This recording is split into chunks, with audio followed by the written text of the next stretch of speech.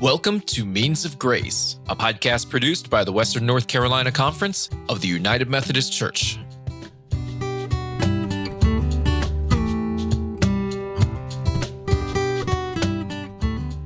Welcome to the Means of Grace podcast.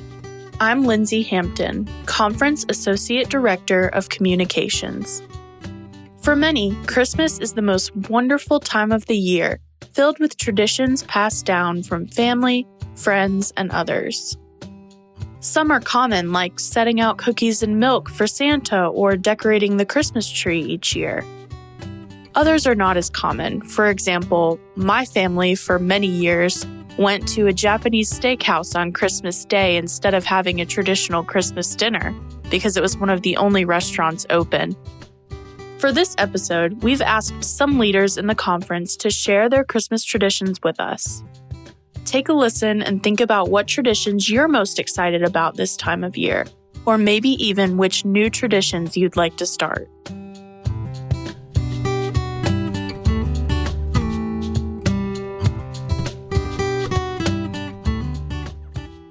This is Reverend Dr. Bill White, Jr., and I serve as the Director of Equity and Justice Ministries for the conference. 27 years ago, I purchased an artificial tree at Sears. It was an open box purchase, and we were also newlyweds. So this was our first tree together. And my wife had a tradition growing up of purchasing Christmas ornaments for every year that she was born. And so we continued that tradition. Once we got married, we would go out and purchase each of us an ornament for that particular year.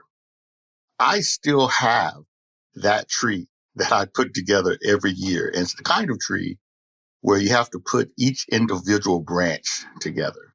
And we continue that tradition with our daughter, who was born in 2003. We have ornaments for every year that she was born. And so one of the things we enjoy doing each year is heading out as a family, and each of us purchasing and picking out an ornament to put on the tree, and we put the date on there. And someday, our daughter will take her ornaments and hopefully continue that tradition with her family. Merry Christmas. My name's Bev Copley, and I'm the district superintendent in Northern Piedmont. And my family has a lot of Christmas traditions, but I think that one of our most special traditions is having on Christmas Eve the very best pimento cheese sandwich of the whole year. You see, my husband and I are both members of the clergy, and because of that, our Christmas Eves were pretty busy with multiple worship services and not much time to cook, but a desire to really do something special together. So we became in the habit and tradition of going to the grocery store and picking out some really good pimento cheese, the best kind we could find at the store, and some really good bread, and some really good Sun chips, usually the original flavor, and some bread and butter pickles, and some cheer wine. And on Christmas Eve, we would have the very best pimento cheese sandwich of the whole year. And we would eat that with grateful hearts. We would usually eat it when we were tired at the end of lots of worship services. But it always reminded us of the joy of being together and reminded us that it didn't have to be something really fancy or something really expensive to create a tradition where we could just be together gratefully at home. So I wish you a Merry Christmas, and if possible, I hope you can have the very best pimento cheese sandwich this year. Hi, my name is Chris Hampton. I'm the Director of IT Services here at the conference office. My grandparents would go all out with their holiday decorations each year for Christmas. They had hundreds of these ceramic Santas they put up all throughout the house, and they had these wind-up music boxes that played Christmas music, a massive tree with tons of decorations, and of course, lights outside. It was always such a joy for us grandkids to go over to their house for their annual decorating. But the memory that stands out the most, the best holiday tradition that I still do today is their Christmas village. So my grandfather would spend hours on this elaborate village that spanned multiple massive dining room tables and took up the entire formal living room in their house. Each section of these villages was adorned with streets of ceramic light-up houses and little figurines walking between the village getting ready for Christmas. He even had little traffic lights and street lights that would actually light up at night, so that way when you turn the lights out, you could see the village shining bright. There was a table decorated for a park and had a moving train, and then there was a corner off to the very side of the room that had this tiny country village, separate in design and atmosphere than the rest of the village. Needless to say, they went all out for this Christmas village. My best memory, though, was that my grandfather would always wait for his grandkids to do two things. We would make it snow and put out the Santa. The Santa was actually just this little tree ornament that resembled Santa riding on his sleigh with his reindeer, and we got to pick which house it went on. It was fun as we went back each time to his house. We would move the Santa around so that way it looked like Santa was visiting the different houses. The second was this fake snow that we got to throw around.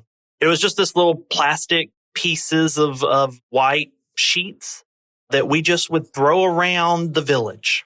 He had some white cotton sheets that he also placed under the village, but then we got to throw these little plastic pieces all over, and it made it look like it was snowing. And that was so fun because my grandfather, he would turn off the lights, and then we would just throw it and make it snow everywhere. And by the end, the village had looked like it had been hit with a winter storm right before Christmas. And while I loved doing those two things, the thing I most enjoyed was getting to spend quality time with my grandparents each year, helping them decorate for the holidays. It brought great joy for my grandfather to do those things and to decorate. He did it for himself, but he really was doing it for us, his grandkids, and he enjoyed watching us come over. The time I spent doing that with them and helping them decorate meant more to me than they will ever know, and the memories made will last a lifetime. When my grandfather died, my grandmother chose to just continue small versions of those traditions as it took a lot of time and energy. And so most of that village I got to inherit, and they're just mostly sitting in boxes at this point, waiting for that moment when I have a large enough room and children to pass that tradition on. But I do keep just a little tiny village for myself that we put up each year. And that's my most favorite part of decorating, is putting up the village because it reminds me of my time spent with my grandparents each year. Merry Christmas, friends. I'm Amy Yeager, Director of Communications for the Western North Carolina Conference. Christmas has always been one of my favorite times of year. There's something comforting about the coziness of Christmas. The house is filled with greenery and lights, warm blankets and hot chocolate.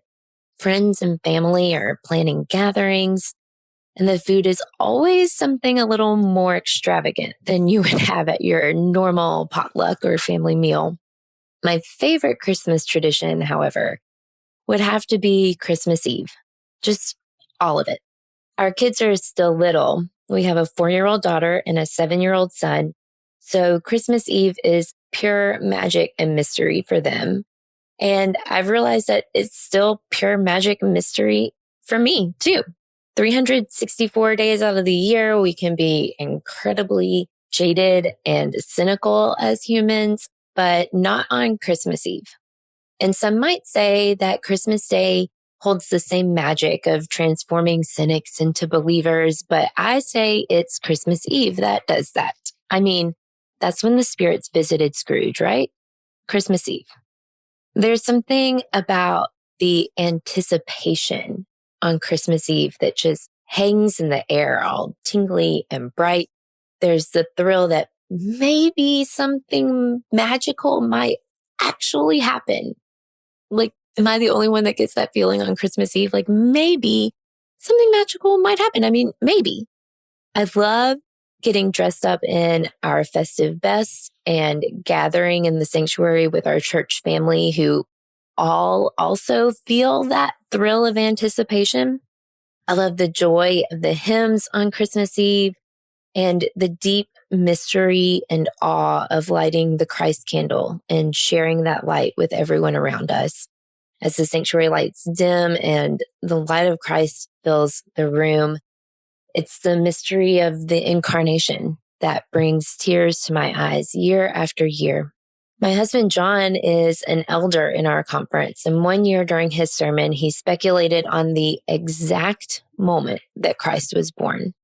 In the sermon, he said something to the effect of, "I wonder if time stopped, or at least slowed down." Of course, there wasn't snow in Bethlehem, but imagine with me if there was. The snowflakes just hang in the air, and the animals all hush and pause in reverence. And Mary and Joseph are awestruck, just captivated by this miracle. And there's no sound, no movement, just 1 second of holy reverence as God enters the world. That's what that candlelight moment in the sanctuary is for me. It's that slowing of time, a moment of holy mystery as we contemplate what it might actually mean that God has entered, is entering, will enter our world. And then because we have small children, we rush home from church, eat Christmas dinner, brush their teeth, set out cookies for Santa, read the night before Christmas, and then practically push their bouncing bodies that are so excited into bed. And the amount of joy that I get from seeing their joy and anticipation is just unmatched. And then once the house has quieted and stilled, I make a cup of eggnog or hot chocolate or maybe coffee, depending on how many presents I still have to wrap. I turn on a favorite Christmas movie, usually White Christmas, or a Christmas playlist on Spotify, and I get to actually make magic. Okay, maybe not real magic, but I get to make magic on Christmas Eve, and that is the best.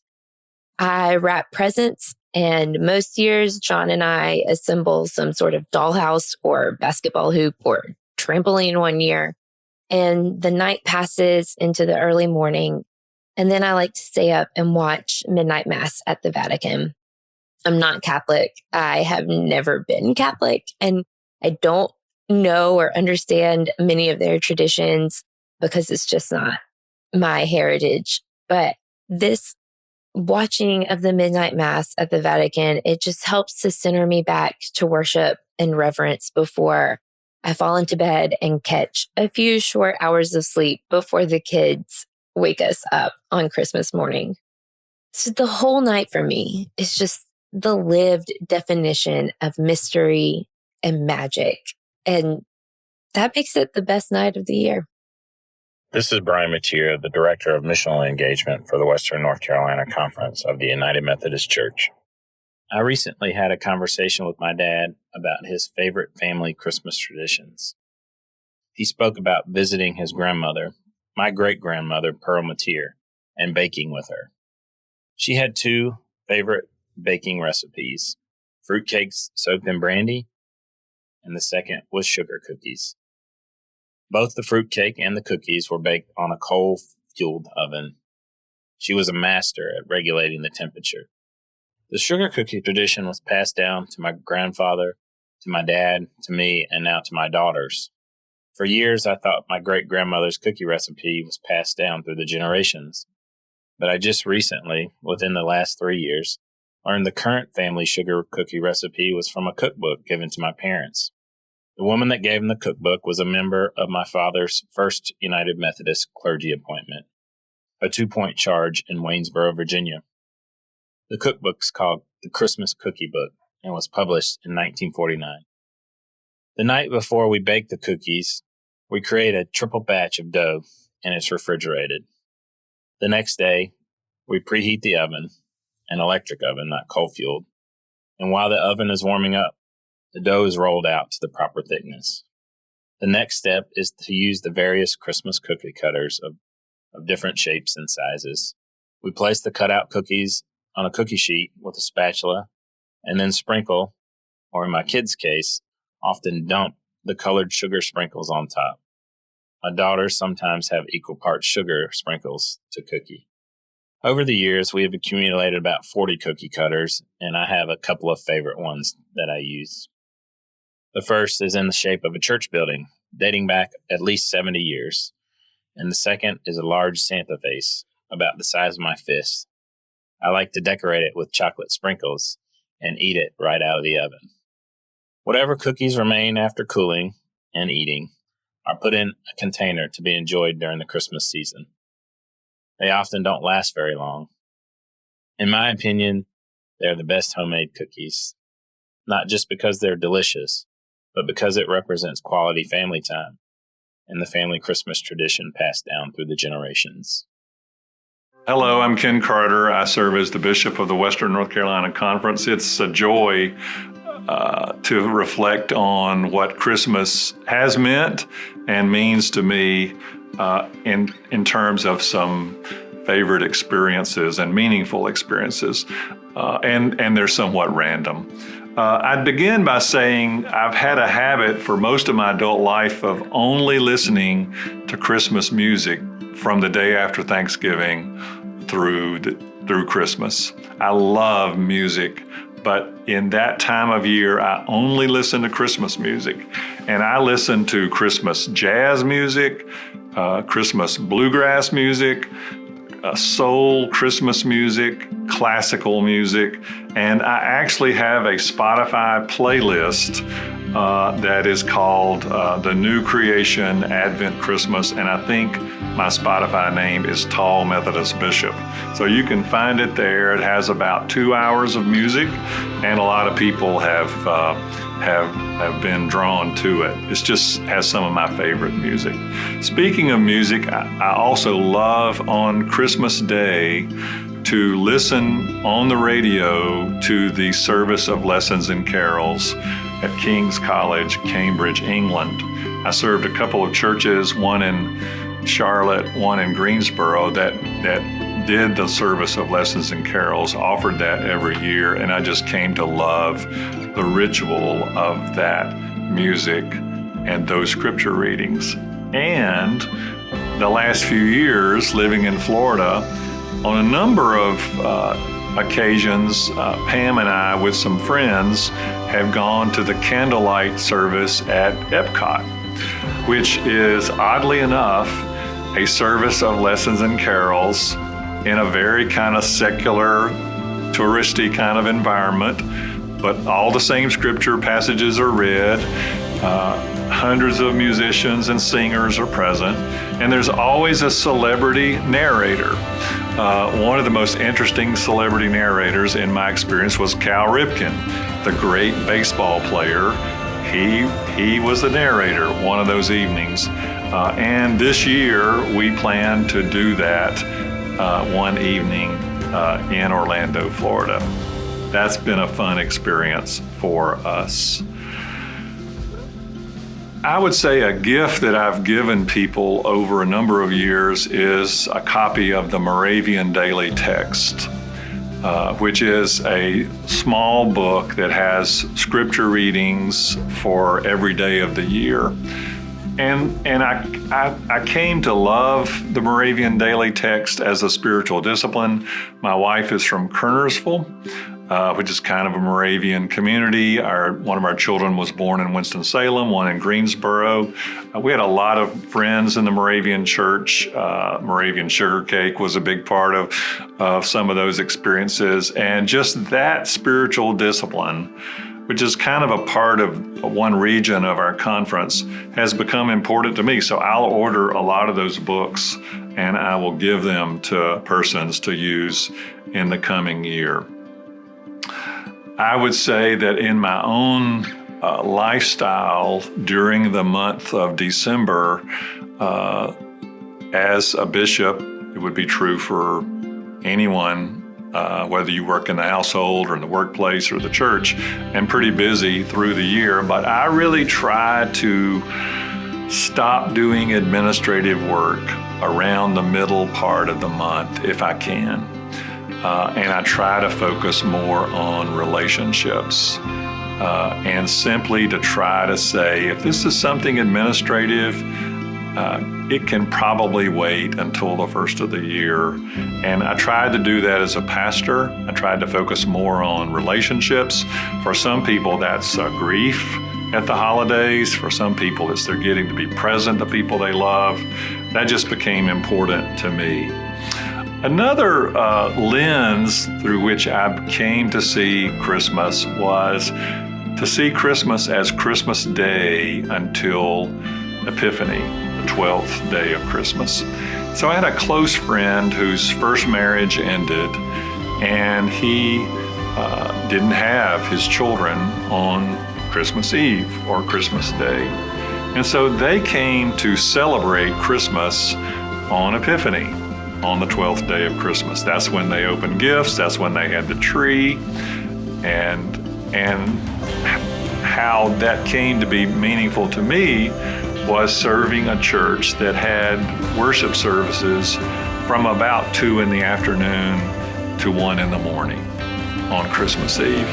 Not only did this take up all of Christmas Eve, because there were these many worship services, but I realized the next day, Christmas Day, I was exhausted simply from having served the day before. And so somehow we worked out an agreement with our daughters that we would celebrate Christmas on January 6th. We would exchange gifts then. Now, an amazing thing may have already occurred to you is you can buy some incredible Christmas presents the week after Christmas. Everything is discounted. The crowds are not around. It helped me empathize with blended families who aren't able to be together on a particular day. So for many years, we did this. We had a stocking on Christmas Eve or Christmas morning, but we exchanged gifts days later. And how that's come to be our pattern now with our children. We have a daughter who lives in New York State and a daughter who lives in Tennessee, grandchildren there, and their families, is we're simply open to getting together whenever they can do it. So often for me and for Pam, for us, Christmas Eve, Christmas Day are pretty quiet. And then we just know that we'll see our children and their families and all that time surrounding Christmas, and we look forward to that. I do love this season of the year. I love the joy of it. I love the spontaneity of it. I love the giving nature of it, that people just seem to be more generous. And from all of our divisions, it seems to be a kind of ceasefire in that, where we hopefully can live in peace with one another.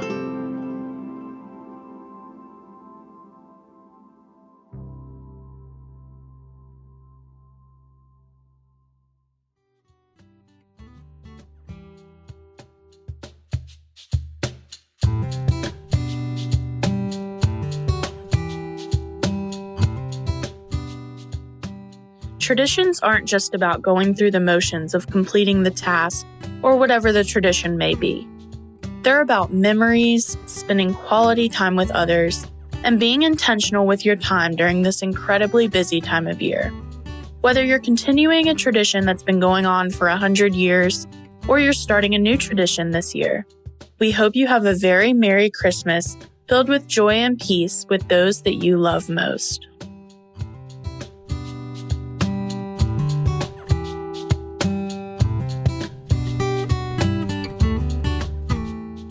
Thank you for listening to Means of Grace, a podcast produced by the Western North Carolina Conference of the United Methodist Church. We hope you enjoy listening to these podcasts and use them as a way to stay connected to our community. Remember to subscribe to Means of Grace for free on Apple Podcasts, Spotify, or wherever you get your podcasts. Please leave us an honest rating and a review. It helps others find this podcast. Follow the WNCC on Facebook, Instagram, and Twitter at WNCCUMC. Once again, that's at WNCCUMC. Means of Grace is produced by the Western North Carolina Conference of the United Methodist Church. and Andy Go of Gojo Studios.